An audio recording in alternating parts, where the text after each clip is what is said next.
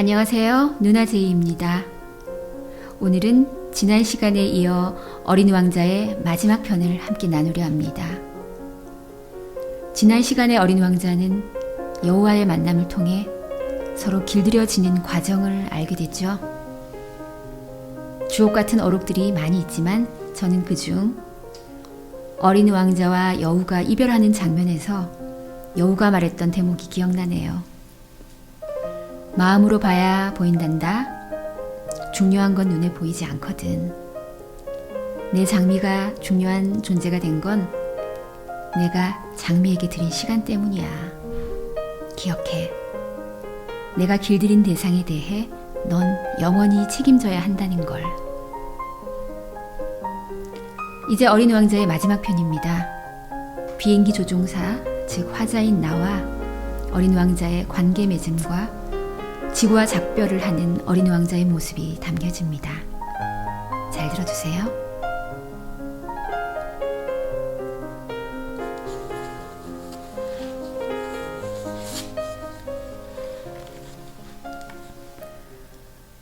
사막에서 비행기가 고장난 지 8일째 되는 날이었다. 나는 비축해둔 물의 마지막 한 방울을 마시며 어린 왕자의 상인 이야기를 듣고 있었다. 나는 어린 왕자에게 말했다. 내 기억들은 흥미롭구나. 그런데 난 아직도 비행기를 고치지 못했고 물도 떨어졌어. 나도 샘으로 천천히 걸어갈 수 있다면 행복하겠다. 내 친구 여우를 그가 내게 말했다. 꼬마 친구, 지금 그 얘기를 할 때가 아니잖아? 왜? 탈수로 죽을 지경이니까.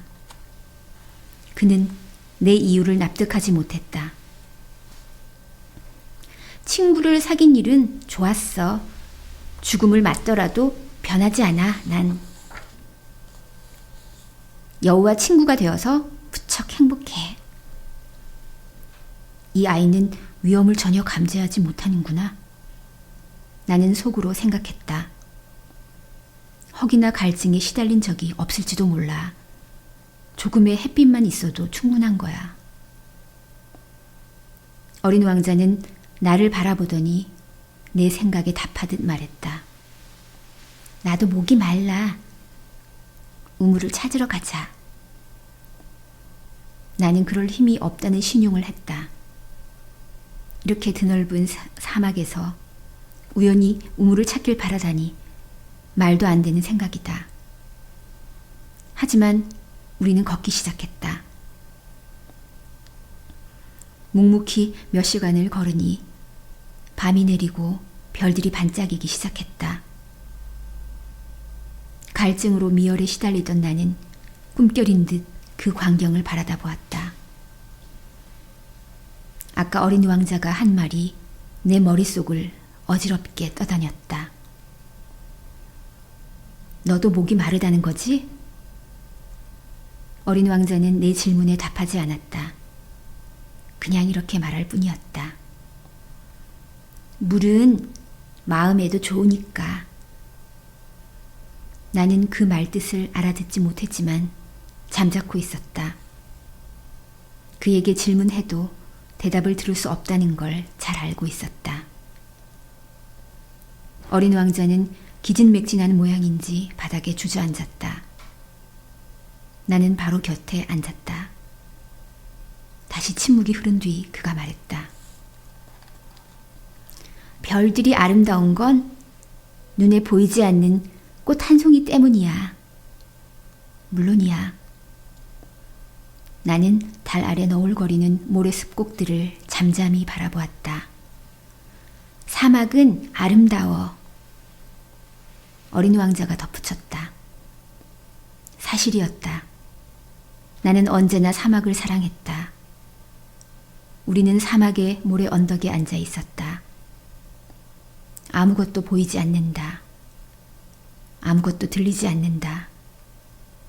그런데 그 고요함 가운데 무언가 빛나고 있다. 사막이 아름다운 건 우물을 숨기고 있기 때문이야. 나는 불현듯 사막이 신비롭게 빛나는 이유를 깨닫고 무척 놀랬다. 어렸을 때 내가 살던 오래된 저택에 보물이 숨겨져 있다는 전설을 들었다. 물론 아무도 보물을 발견하지 못했고 찾으려는 사람조차 없었지만 그런데도 집 전체가 매혹적으로 보였다. 집 깊숙한 곳에 비밀을 품고 있어서 그랬으리라. 그래, 집이든 별이든 사막이든 그걸 아름답게 만드는 건 눈에 보이지 않는 거야. 내 친구 여우와 똑같은 생각을 하다니 기뻐. 어린 왕자가 말했다. 어린 왕자가 잠이 들어서 나는 그를 품에 안고 다시 걷기 시작했다. 마음까지 따스해졌다. 부서지기 쉬운 보물을 안고 가는 것만 같았다. 지구상에서 이보다 더 연약한 존재는 없는 것 같았다. 나는 달빛이 비치는 어린 왕자의 창백한 이마와 감은 눈, 바람에 흔들리는 머리카락을 바라보며 생각했다.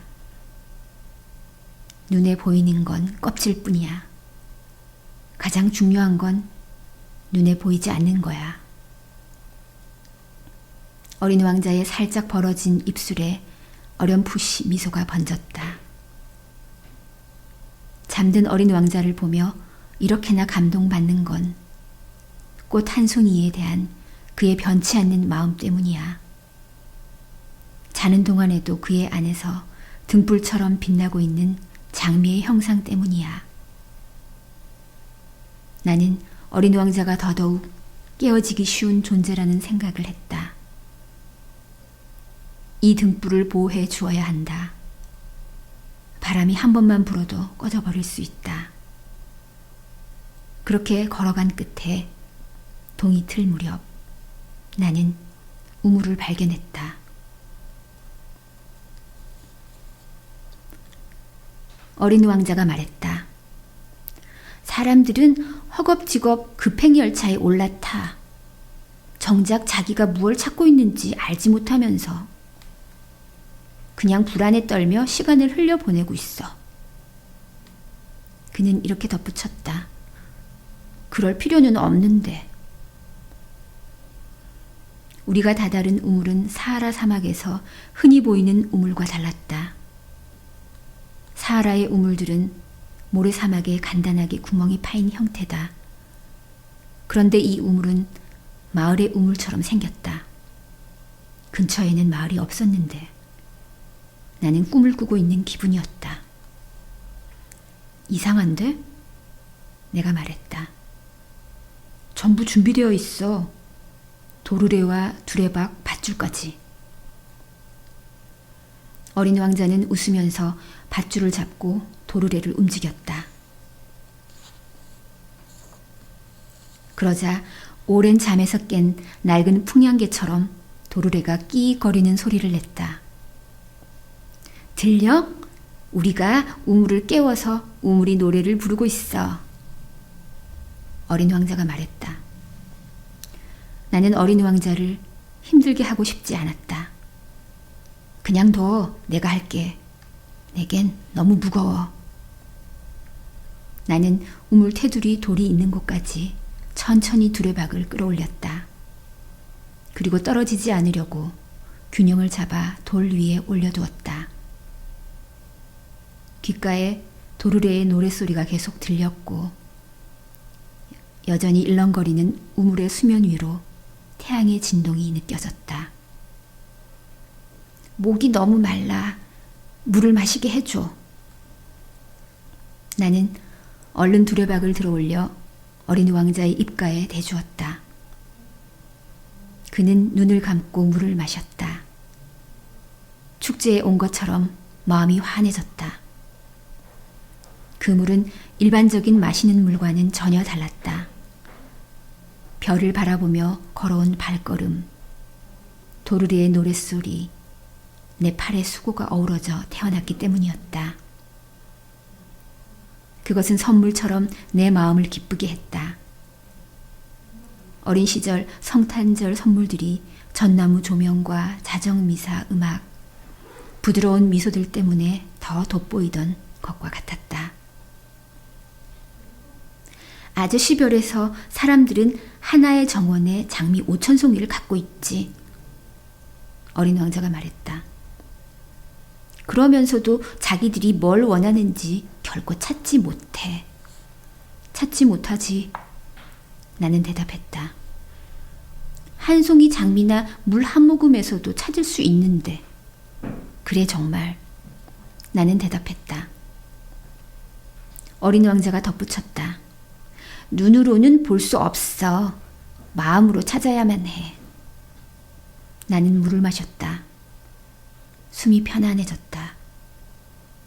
태양이 떠오르면서 사막의 모래가 꿀 빛깔로 물들어갔다. 황금색으로 빛나는 모래를 보니 행복한 기분이 들었다. 무슨 이유로 나는 그렇게 힘들어했던 것일까?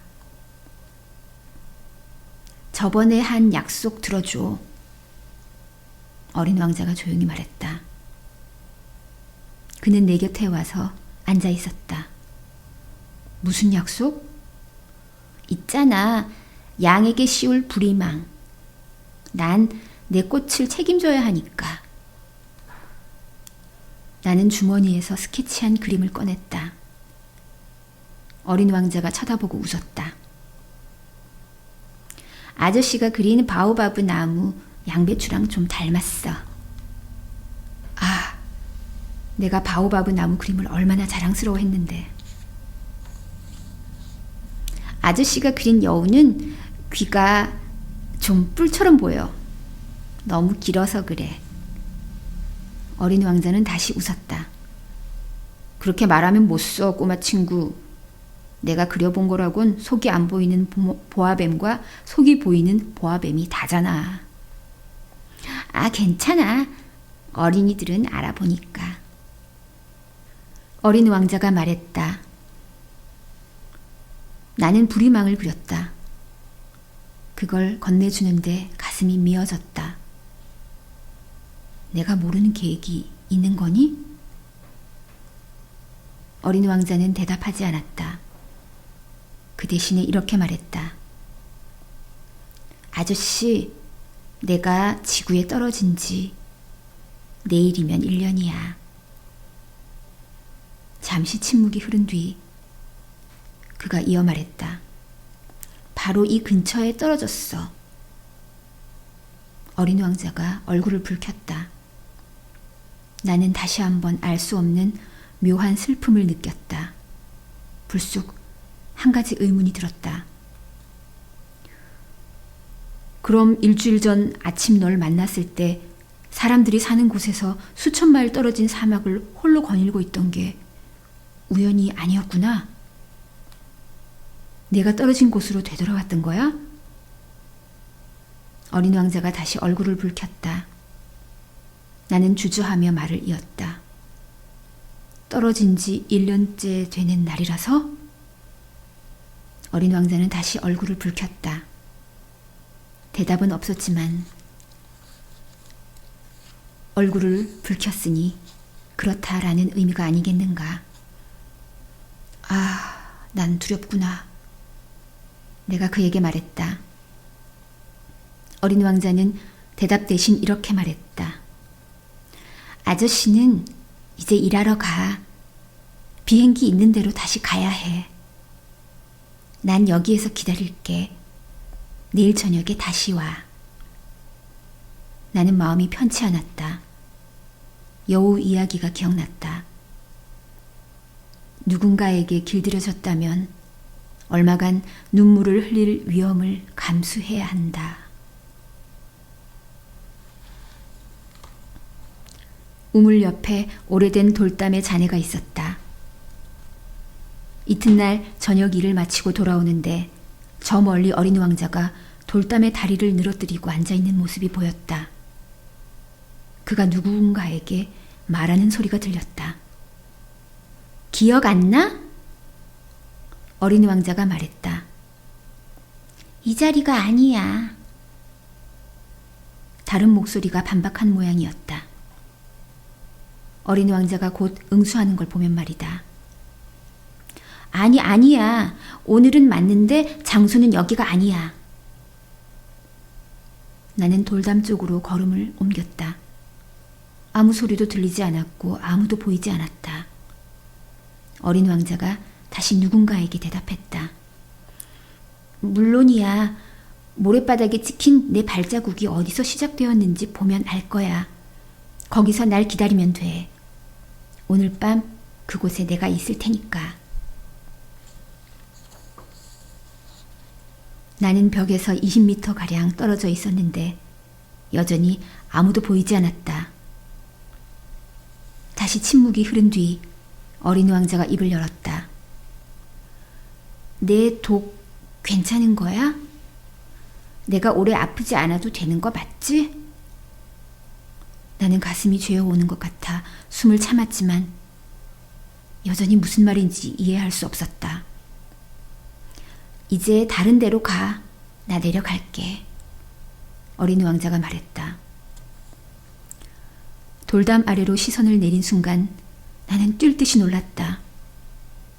어린 왕자 바로 앞에 노란 뱀이 금방이라도 덮칠 태세로 몸을 세우고 있었다. 나는 주머니에서 리볼버 권총을 꺼내면서 급히 달려갔다. 내가 다가가는 소리에 뱀은 스르륵 모래바닥으로 숨어들었다. 흡사 샘의 물줄기가 잦아드는 것 같았다. 뱀은 조금도 서두르는 법이 없이 슉슉거리며 돌 사이로 슬그머니 들어갔다. 때마침 돌담에 도착한 나는 꼬마 친구를 번쩍 팔에 안아 올렸다. 그의 얼굴이 눈처럼 창백했다. 무슨 짓이야? 왜 뱀과 얘기를 해? 나는 그가 늘 두르고 다니는 금색 머플러를 느슨하게 풀어주었다. 어린 왕자의 관자놀이를 적셔주고 물을 좀 먹였다. 나는 감히 어떤 질문도 할 수 없었다. 어린 왕자는 나를 진지하게 쳐다보더니 두 팔로 내 목을 감았다. 그의 심장이 막 총에 맞아 죽어가는 새의 심장처럼 뛰고 있었다. 어린 왕자가 말했다. 비행기를 고쳐서 다행이야. 이제 집으로 돌아갈 수 있어. 어떻게 알았어? 나는 어쩌다 보니 비행기를 고칠 수 있었다고 그에게 말하려던 참이었다. 어린 왕자는 내 질문에 대답하지 않고 이렇게 덧붙였다. 나도 오늘 우리 별로 돌아가. 그러고 나서 좀 우울한 목소리로 말했다. 너무 멀고 너무 힘들긴 하지만. 뭔가 심상치 않은 일이 일어나고 있었다.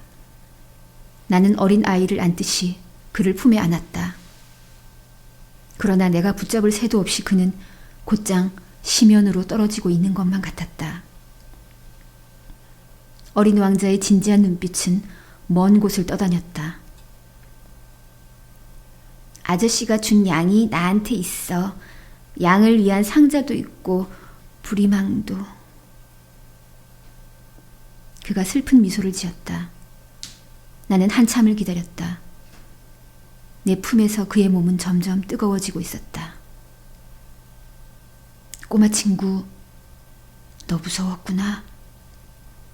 물론 그는 무서웠을 것이다. 하지만 어린 왕자는 부드럽게 미소 지었다. 오늘 저녁엔 훨씬 더 무서울 것 같아. 돌이킬 수 없다는 감정으로 인해 내 마음이 얼어붙었다. 이 아이의 웃음소리를 다시 들을 수 없다고 생각하는 것만으로도 견딜 수 없었다. 내게는 사막에서 만난 샘 같은 웃음소리였는데. 꼬마 친구, 내 웃음소리를 다시 듣고 싶어. 하지만 그는 내게 말했다. 오늘 밤이 1년이 되거든. 작년에 내가 떨어진 곳 바로 위에 우리 별이 있을 거야. 꼬마 친구, 뱀이니 약속이니 별이니 하는 건 다 나쁜 꿈인 거지? 그는 내 질문에는 대답하지 않았다. 대신 이렇게 말했다. 중요한 건 눈에 보이지 않아. 그럼 물론이지. 꽃도 마찬가지야. 아저씨가 어느 별에 있는 꽃 한 송이를 사랑한다면 말이야. 밤마다 하늘을 보는 게 행복할 거야. 모든 별에 꽃이 있으니까. 그럼 물도 그래. 아저씨가 내게 먹여준 물은 음악 같았어. 도르래와 밧줄 때문에. 기억해야 해.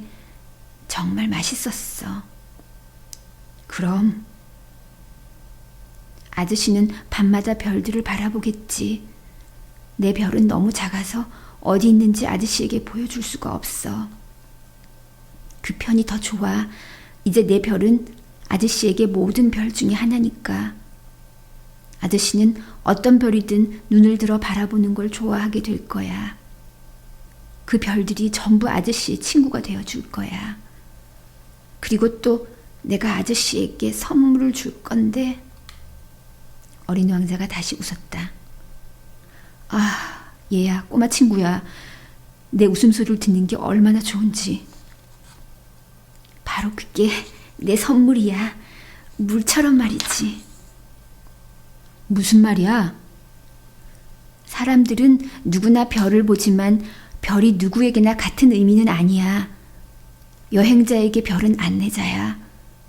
다른 누군가에게 별은 그저 작은 빛에 지나지 않고, 학자들에게 별은 풀어야 할 숙제야. 내가 만난 사업가 아저씨에게 별은 금이겠지. 별들은 아무 말도 않는데 말이야. 아저씨는 아저씨 혼자만 아무도 갖지 못한 별을 갖게 될 거야. 무슨 말이야? 아저씨가 밤마다 하늘을 볼 때 말이야. 내가 그중 한 별에 살고 있으니까, 그중 한 별에서 내가 웃으니까 아저씨는 마치 모든 별들이 웃는 것처럼 느낄 거야. 아저씨는 웃을 줄 아는 별들을 갖게 된 거야. 어린 왕자는 다시 웃었다. 나중에 아저씨가 기운을 차리면 나를 만난 걸 떠올리고 기분이 좋아질 거야. 아저씨는 언제까지나 내 친구일 거야. 나와 함께 웃고 싶은 기분을 느끼겠지. 행복한 기분을 느끼려고 가끔씩 창문을 열겠지. 아저씨 친구들은 하늘을 바라보며 웃는 아저씨를 보며 굉장히 놀랄 거야. 그럼 아저씨는 이렇게 말하겠지. 그래, 별들을 볼 때마다 난 웃음이 나. 그러면 친구들은 아저씨가 미쳤다고 생각할 거야. 내가 아저씨에게 짓궂은 장난을 친 거야.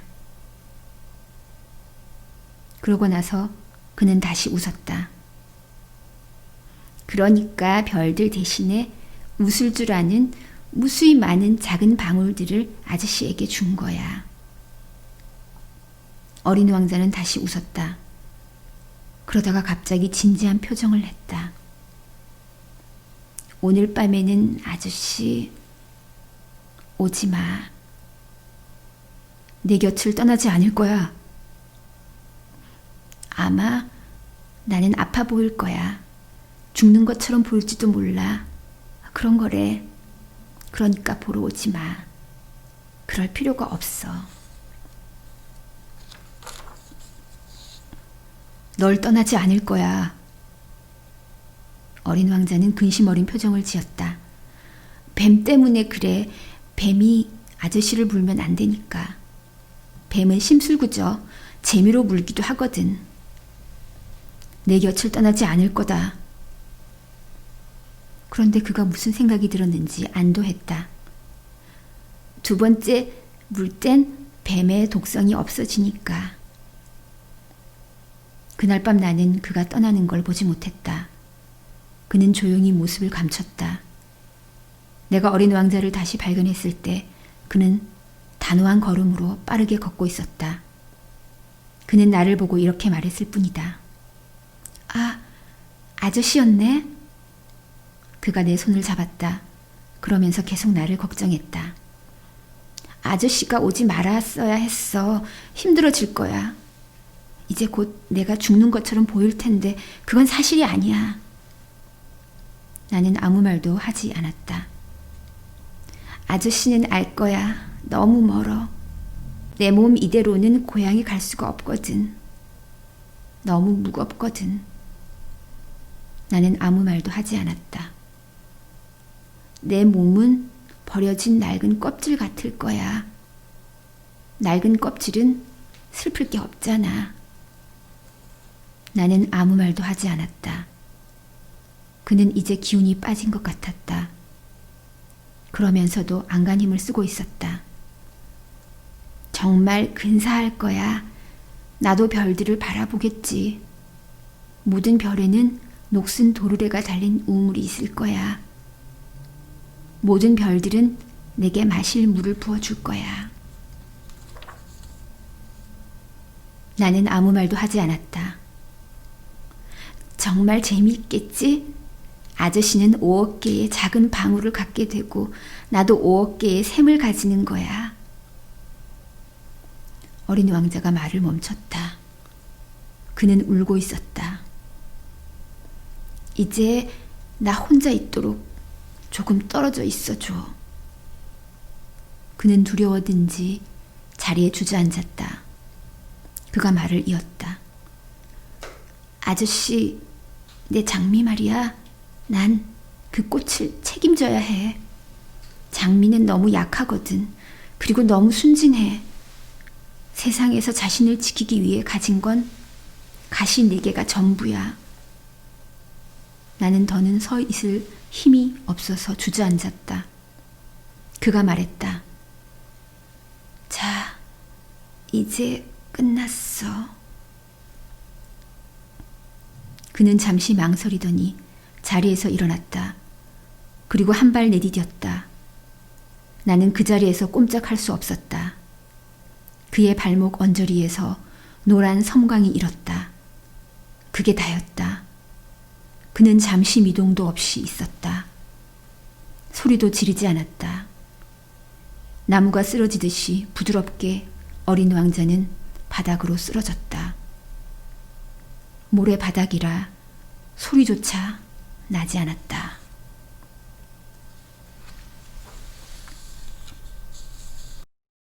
그로부터 6년이나 흘렀다. 나는 이 이야기를 한 번도 한 적이 없다. 나를 다시 만난 동료들은 내가 살아있는 걸 발견하고 기뻐했다. 나는 슬펐지만 이 말만 했다. 너무 지쳤어. 지금 나는 어느 정도 기운을 차렸다. 그 말은 완전히는 아니라는 말이다. 하지만 어린 왕자가 자기 별로 돌아갔다는 걸 믿는다. 동틀 무렵 그의 몸을 볼 수 없었던 것이다. 아주 무거울 것도 없는 몸이었으니까. 이제 나는 밤마다 별들의 소리를 듣는 걸 좋아한다. 5억 개의 작은 방울이 울리는 시간이다. 하지만 문득 엄청난 일이 기억났다. 어린 왕자에게 그려준 부리망에 가죽끈을 단다는 걸 그만 깜빡 잊은 것이다. 어린 왕자는 양에게 부리망을 달아줄 수 없었을 텐데. 그래서 나는 계속 궁금하다. 그의 별은 별일 없이 괜찮을까? 양이 장미를 먹어치웠을지도 몰라. 어떤 날은 이렇게 생각한다. 물론 그럴 리 없어. 어린 왕자가 매일 밤 장미에게 유리덮개를 씌워주잖아. 양을 잘 감시하니까. 나는 곧 기분이 좋아진다. 모든 별들이 부드럽게 미소 짓는다. 어떤 날은 이런 생각도 한다. 누구나 한 번은 방심하잖아. 그러면 끝인데. 어느 날 저녁 어린 왕자가 유리덮개 씌우는 걸 잊거나 양이 밤중에 소리 없이 빠져나오거나 그러면 작은 방울들은 다 눈물로 바뀌어 버린다. 정말 알 수 없는 일이다. 어린 왕자를 사랑하는 당신에게는 내가 그랬듯이 어딘가에서 낯선 양 한 마리가 장미 한 송이를 먹었는지 아닌지에 따라 우주가 완전히 달라진다니 말이다. 하늘을 바라보라. 그리고 스스로에게 물어보라. 양이 꽃을 먹었을까? 아닐까? 대답에 따라 완전히 다른 세상이 펼쳐질 것이다. 어른들은 이 일이 이렇게나 중요하다는 걸 절대로 이해하지 못할 것이다. 이것은 내가 본 가장 아름답고 슬픈 풍경이다. 이전 그림과 동일한 풍경이지만 당신에게 잘 보여주기 위해서 다시 한번 그렸다. 지구의 바로 이곳에 어린 왕자는 나타났다가 사라졌다. 만일 당신이 언젠가 아프리카 사막을 여행한다면 이곳을 분명히 알아볼 수 있도록 이 풍경을 주의 깊게 보아달라. 그곳을 지나갈 일이 생기거든 부탁하건대 서둘러 지나치지 말고 잠시 저 별 아래에서 기다려달라. 한 아이가 당신에게 다가와서 웃거든 그 아이의 머리칼이 황금빛이고 질문을 해도 대답이 없다면 아마 그가 누구인지 짐작할 수 있을 것이다. 부디 그 아이에게 다정하게 대해주기를. 그리고 슬퍼하는 나를 모른 척하지 말고 편지를 보내주기를. 그 아이가 다시 돌아왔다고 알려주기를.